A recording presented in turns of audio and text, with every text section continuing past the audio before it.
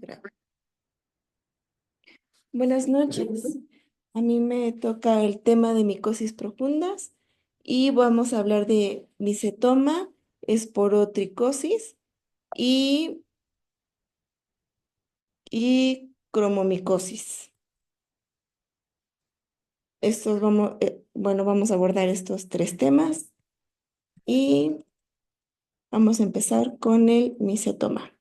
Bueno, el micetoma, como definición, es una infección crónica y progresiva que afecta principalmente la piel, los tejidos subcutáneos, los músculos y los huesos. Esta se caracteriza por la formación de nódulos y abscesos y fístulas con drenaje de material purulento. Existen dos tipos de micetoma: el eumicetoma, que este es causado por hongos, y el actinomicetoma, que este es provocado por bacterias. Este trastorno es más frecuente en zonas rurales de los trópicos y se asocia con actividades que implican el contacto con la tierra o la vegetación, como la agricultura, y si no se trata, esta puede llevar a una amputación o a una destrucción ósea.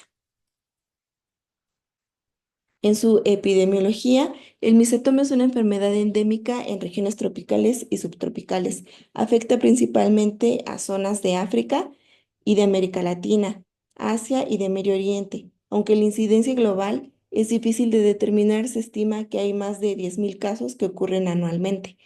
En África y en Asia, el micetoma es un problema de salud pública y particularmente en áreas rurales donde las personas están en contacto directo con el suelo y las plantas. Los hombres, especialmente entre sus 20 y 40 años, son los más afectados debido a su mayor exposición laboral al medio ambiente, que esto se traduce a personas que suelen ser migrantes y que trabajan en la agricultura y en estas ramas de oportunidades de trabajo. La prevalencia es mayor en áreas rurales donde el uso del calzado es insuficiente y las personas están expuestas a terrenos contaminados. Los factores de riesgo es pues que para el desarrollo del micetoma incluyen la exposición a terrenos contaminados con esporas fúngicas o bacterianas, como es el caso de agricultores o personas que realizan estas actividades al aire libre en regiones endémicas. El uso de un calzado inadecuado a la ausencia de la protección en los pies facilita la penetración de los patógenos a través de pequeñas heridas o lesiones. Además, los pacientes inmunocomprometidos, como los que tienen VIH o diabetes mal controlada, tienen un riesgo elevado de desarrollar formas más graves de la enfermedad.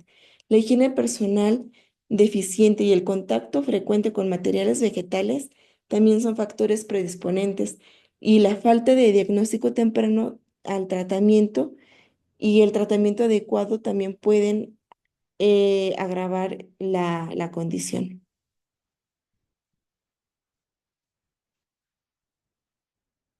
Y bueno, en su etiología, sí se conoce, y la etiología del micetoma varía según el agente causal. Como mencionamos, el eumicetoma está relacionado con hongos como la Madurella mycetomatis, perdón, y Exophiala jansseni, Pseudoschirella boy y Leptosphaeriella, y estos son hongos que se encuentran en el suelo y en materiales vegetales en descomposición. Por otro lado está el actinomicetoma, que está causado por bacterias actinobacterias, principalmente la Nocardia brasiliensis, el Streptomyceps, el Actinomyceps, y esta infección ocurre generalmente tras la inoculación directa del patógeno en la piel a través de traumatismos, heridas, y aunque en aquellos casos también puede haber transmisión por contacto cercano con animales infectados. Ahora nos vamos a pasar a la fisiopatología. Y bueno, la fisiopatología del micetoma involucra una fase inicial de penetración del patógeno a través de la piel. Después de esta pequeña lesión o corte, los microorganismos entran a los tejidos subcutáneos y en el caso del eumicetoma, los hongos proliferan y forman una estructura llamada micelo. Este invade los tejidos vecinos, y en el actinomicetoma, las actinobacterias se multiplican en los tejidos afectados. La infección provoca una reacción inflamatoria crónica Esto da lugar a la formación de granulomas y abscesos, y con el tiempo la infección se puede extender en los huesos, causando deformidades o pérdida de la función de las extremidades afectadas. En casos más grandes, los patógenos se pueden diseminar a través de la corriente sanguínea, aunque esto no es tan común. Y bueno, ahora vamos al cuadro clínico. El micetoma se presenta como una masa indolora en la piel que con el tiempo se transforma en un nódulo o absceso más grande. El absceso se puede drenar a un material purulento o ceroso y a menudo contiene gránulos característicos visibles a simple vista. Las lesiones son progresivas y pueden desarrollar fístulas que permiten la salida del material del drenaje. Los pacientes también pueden experimentar hinchazón, enrojecimiento alrededor de la zona afectada, además de dolor en los casos más graves. En formas más graves, la infección puede invadir los huesos, causando osteomielitis y deformidades, y la diseminación de órganos internos es rara, pero también puede ocurrir en personas inmunocomprometidas. En estudios complementarios, pues el diagnóstico se hace por la observación de los gránulos en el material drenado de las fístulas. Se recomienda realizar una biopsia en la lesión para examinarla bajo el microscopio, lo que permite identificar hifas fúngicas o bacterias actinobacterianas, y también se debe realizar un cultivo microbiológico de los gránulos para identificar el agente causal.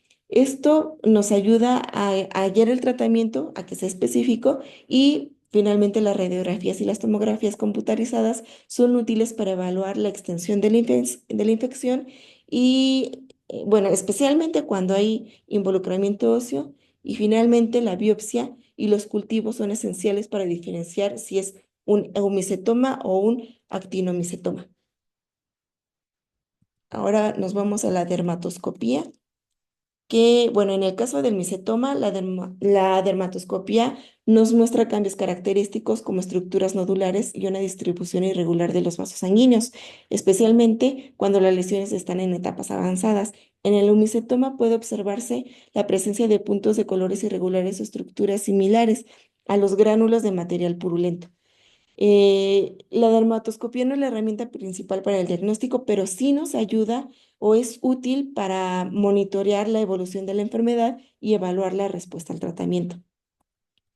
La patología, bueno, la anatomía patológica es de que en las lesiones hay una formación de granulomas rodeados por una intensa inflamación crónica. En el caso del eumicetoma se observan estructuras fúngicas como las hifas y los conidos. En el actinomicetoma las bacterias actinobacterianas aparecen en forma de cadenas ramificadas, y el diagnóstico del micetoma se confirma por la visualización de estos microorganismos en las muestras de los tejidos y los gránulos obtenidos de las lesiones. Además, los estudios histopatológicos nos revelan una necrosis de los tejidos y un infiltrado inflamatorio que está compuesto por macrófagos, linfocitos y células gigantes. Y finalmente, para el tratamiento y las medidas preventivas, pues el tratamiento del micetoma depende del patógeno involucrado, si es un hongo o una bacteria. En el caso de los micetomas, que son los antifúngicos orales como el itraconazol, y en algunos casos la terbinafina, que son efectivos en el actinomicetoma. Se utilizan antibióticos como la rifampicina y la dapsona, y los pacientes con infecciones más graves pueden requerir cirugía para eliminar el tejido afectado, y en algunos casos de micetoma invasivo con daño óseo se puede hacer amputaciones y para las medidas preventivas. Finalmente, y como último del micetoma, pues es el uso adecuado del calzado protector, guantes y ropa de protección para trabajar con tierras o con plantas. Es fundamental mantener una buena higiene de las heridas y generar una buena higiene de sí mismo y evitar el contacto con el material vegetal que ya está contaminado. Ahora vamos con la esporotricosis, que bueno, que en su definición, esta es una esporotricosis que es una micosis también subcutánea crónica. Esta está causada por un hongo dimórfico que se llama Sporotrix sketchy. Es un hongo que se encuentra comúnmente en el suelo, en la madera y en las plantas, y en materia vegetal en descomposición. La infección siempre ocurre principalmente a través de lesiones traumáticas en la piel, como rasguños o pinchazos causados por espinas y material vegetal contaminado. La esporotricosis se presenta siempre generalmente en su forma linfocutánea. ¿Esto qué quiere decir? Que las lesiones cutáneas progresan a través de los ganglios linfáticos cercanos. Ahora vamos a su epidemiología. La esporotricosis es común en regiones tropicales y subtropicales. Casi todos estos honguitos que siempre para un ambiente, para que ellos puedan crecer es humedad, calor y agua. Entonces, se da en estas regiones, especialmente en América Latina, particularmente en Brasil, donde la enfermedad ha alcanzado una incidencia alta en ciertas áreas rurales y la infección es endémica en lugares donde las personas están en contacto frecuente con plantas espinosas, como las rosas y los cactus. Y también es frecuente en trabajadores agrícolas, en jardineros, en personas que manipulan madera o material vegetal. Y en los últimos años ha habido un aumento de estos casos en áreas urbanas debido a la exposición a animales infectados como gatos. Aunque es más frecuente en adultos jóvenes, también puede presentarse en personas de cualquier edad. Ahora nos vamos a los factores de riesgo. Y bueno, los factores de riesgo incluyen el contacto directo con el material vegetal contaminado, como la madera, el hongo, las plantas espinosas, que son el medio más común de la transmisión de este honguito, y las personas con un sistema inmunitario comprometido. Los pacientes como con VIH que reciben un tratamiento inmunosupresor ya tienen un mayor riesgo de desarrollar formas graves de esta enfermedad, además de las personas que trabajan en jardinería o en actividades agrícolas y aquellas que tienen lesiones cutáneas abiertas. También están en riesgo los animales, especialmente los gatos, y pues las personas que tienen mascotas como los gatos, que pueden ser reservorios de este honguito que se llama Sporotrix sketchy y actúa como vector en áreas urbanas. Y bueno, su etiología, como ya les mencioné, está causada por el hongo llamado Sporotrix sketchy, que es un hongo dismórfico que se encuentra como una levadura de tejidos infectados y como una forma filamentosa en el ambiente. Este hongo se encuentra comúnmente en el suelo y en la madera y en la vegetación en descomposición. La transmisión en los humanos ocurre principalmente por la inoculación traumática, que son heridas en la piel, como los rasguños. Y su fisiopatología.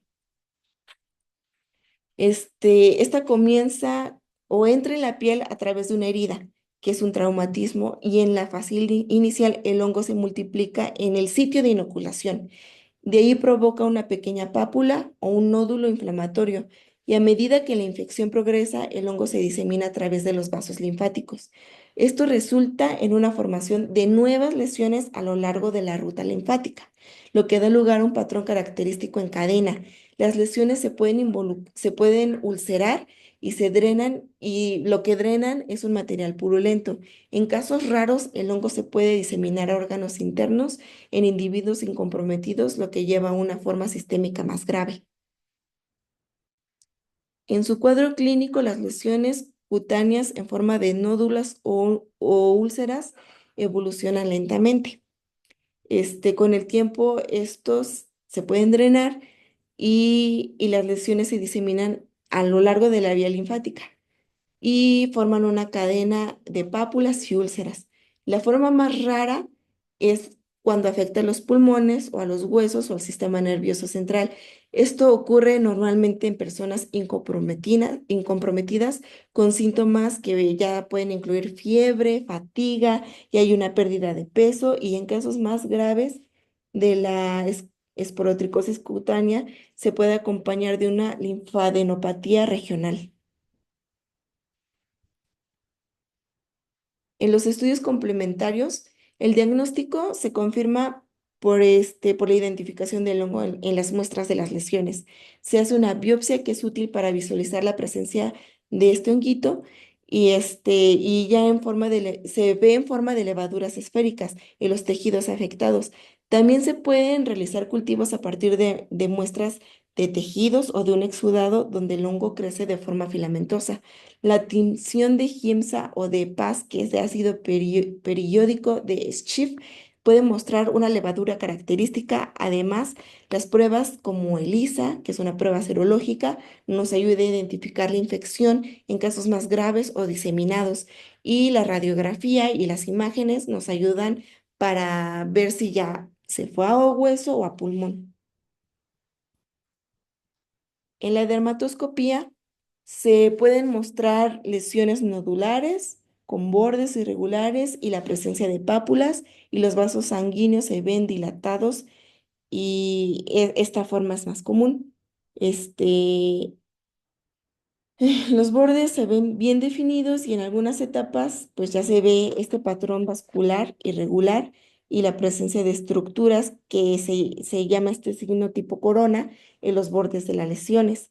Y bueno, aunque la dermatoscopía no es una herramienta diagnóstica primaria, nos ayuda a diferenciar la esporotricosis de otras infecciones cutáneas y evaluar la progresión de la enfermedad. La anatomía patológica, histológicamente, la esporotricosis muestra granulomas y una fuerte reacción inflamatoria crónica en los tejidos afectados. En los cortes histológicos se ven células de tipo levaduriforme dentro de los macrófagos. A menudo estas están en forma de esferas o de figuras de cigarro. Ya después, los exudados purulentos suelen contener células inflamatorias como neutrófilos y linfocitos. Y además de que los típicos cuerpos esféricos de este honguito, que se llama Sporotrix sketchy, son, bueno, esto ya se ve en casos más avanzados, pero se pueden observar, y también puede haber formaciones granulomatosas con necrosis central. Se usa la tinción de Paz y de Giemsia, y también es útil para visualizar las levaduras.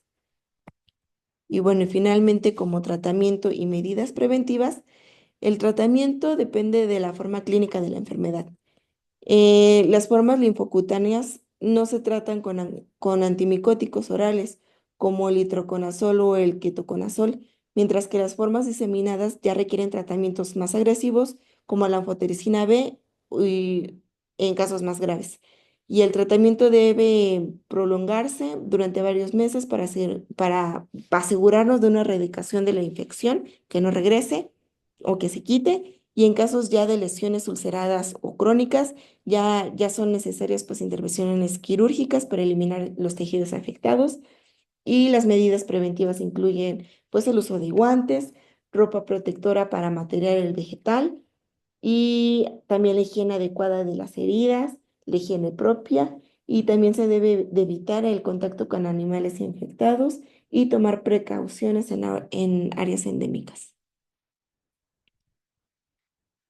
Finalmente vamos con la cromomicosis, que bueno, esta es una infección micótica también crónica. Esta es causada por hongos de maticeos que afectan principalmente la piel y los tejidos subcutáneos.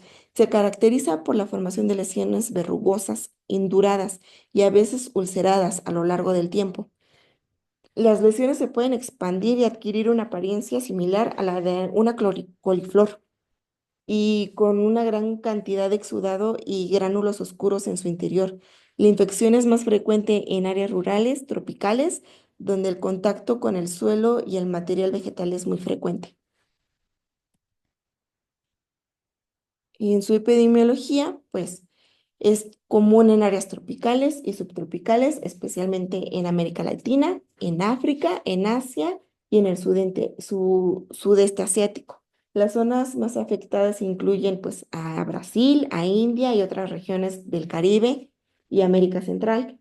Los pacientes son generalmente adultos jóvenes en su mediana edad, con una mayor prevalencia en hombres debido a su mayor exposición al suelo y a materiales vegetales. Y la infección es rara en áreas urbanas, pero últimamente se ha observado un aumento en las áreas rurales, donde las personas están involucradas en la agricultura o en actividades al aire libre, y particularmente en contacto con la madera y la tierra contaminada. Los factores de riesgo, pues principalmente para esto es el contacto con el suelo, como en las anteriores, es la madera también en descomposición y el material vegetal en descomposición o contaminado. Especialmente en personas que trabajan en el campo o en actividades forestales, y también personas que tengan la exposición a traumatismos en la piel, como heridas o rasguños, facilita la inoculación de estos hongos, la inmunosupresión, ya sea enfermedades como el VIH o el uso de medicamentos inmunosupresores, que también aumenta el riesgo de desarrollar infecciones fúngicas, que estas se les conoce oportunistas ya en personas con alguna inmunosupresión como VIH, y también incluye las formas diseminadas de la cromoblastomicosis. Su etiología pues es causada por varios hongos de maticeo, siendo la más común la Fonsecae, Pedrosi, Cladopialopora carrioni, la Pialopora verrucosa y la Rhinocladiella aquaspersa. Estos son hongos que son saprófitos del suelo y de la madera, y la transmisión ocurre a través de la inoculación traumática en la piel, por lo general a través de los rasguños, o a través de espinas, de heridas producidas por el material vegetal, y los hongos presentan una pigmentación oscura, debido a la presencia de melanina en las células, lo que les da este color negro característico a las lesiones. Su fisiopatología. Pues la infección inicia cuando los coincidios de los hongos entran a la piel a través de una herida. Ya inoculados, estos conidios germinan y se transforman en células esféricas o levaduriformes que pueden dividirse y formar estructuras en forma de sombra o cicatrices dentro de las células. La respuesta inmune del huésped se caracteriza por la formación de granulomas y de un infiltrado inflamatorio crónico que provoca las lesiones verrugosas características. La inflamación avanza lentamente y puede involucrar los tejidos subcutáneos y en casos más graves los huesos. Sin el tratamiento adecuado, las lesiones se extienden y puede afectar otras partes del cuerpo. En el cuadro clínico, pues se caracteriza por la aparición de una lesión cutánea inicial de forma de un nódulo o de una pápula, que esta rápidamente se convierte en una lesión verrugosa, indurada y a menudo ulcerada. Estas lesiones pueden ser solitarias o múltiples, pero pues a menudo tienen una superficie elevada y rugosa. Con el tiempo estas lesiones se expanden, forman fístulas y exudan un material purulento. En las fases más avanzadas, las lesiones se ulceran y forman fibrosis en los tejidos más profundos. Ya en casos muy raros, la infección se disemina a los huesos y órganos, bueno, otros órganos, igual más frecuentes los pulmones, y especialmente esto puede suceder en pacientes inmunocomprometidos. En estudios complementarios, el diagnóstico se realiza generalmente por la observación de estos gránulos oscuros en el material drenado en las lesiones. Estos gránulos son las estructuras características que contienen los esporulantes del hongo. La biopsia cutánea es fundamental para confirmar este diagnóstico y el estudio microscópico. Los hongos aparecen al mirarlos en microscopio en una forma de tipo levaduriforme, en forma de cicatrices. En la dermatoscopía, pues en casos ya se puede mostrar un patrón característico de lesiones verrugosas, con bordes irregulares, escamas gruesas y un exudado purulento. Se observan áreas de pigmentación oscura debido a la presencia de la melanina y, y pequeños gránulos oscuros en las lesiones, que son las estructuras fúngicas. Estos gránulos pueden ser más evidentes cuando la lesión está en fase ulcerativa o cuando se produce drenaje del material infectado.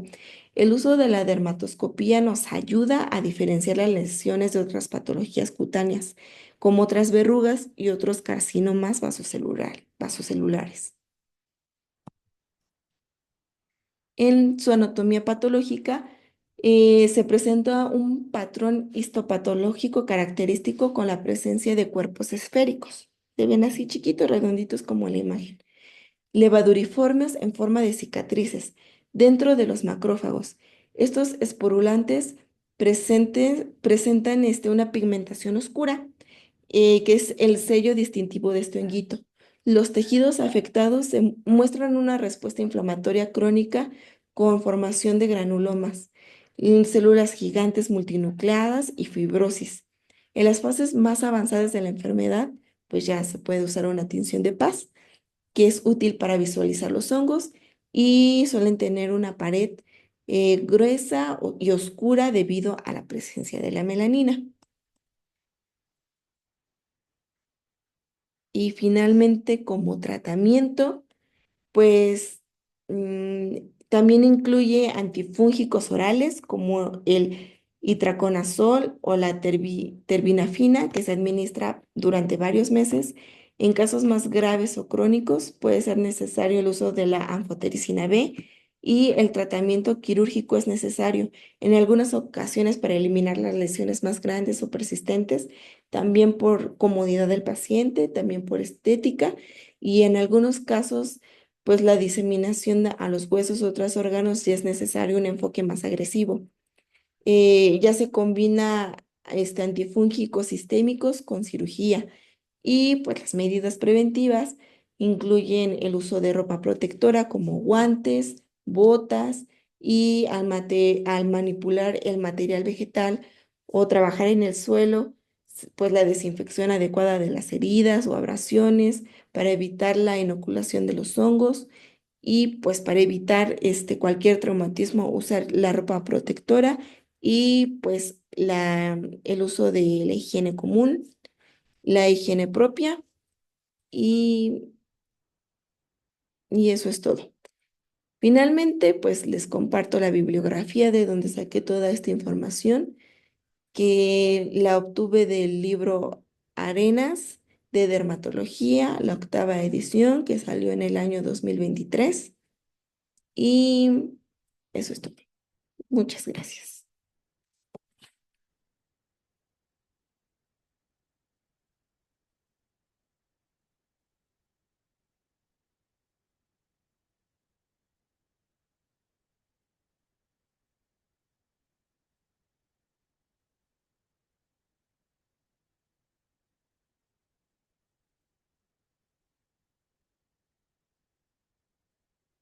Bueno, no me sobró menos 2 minutos.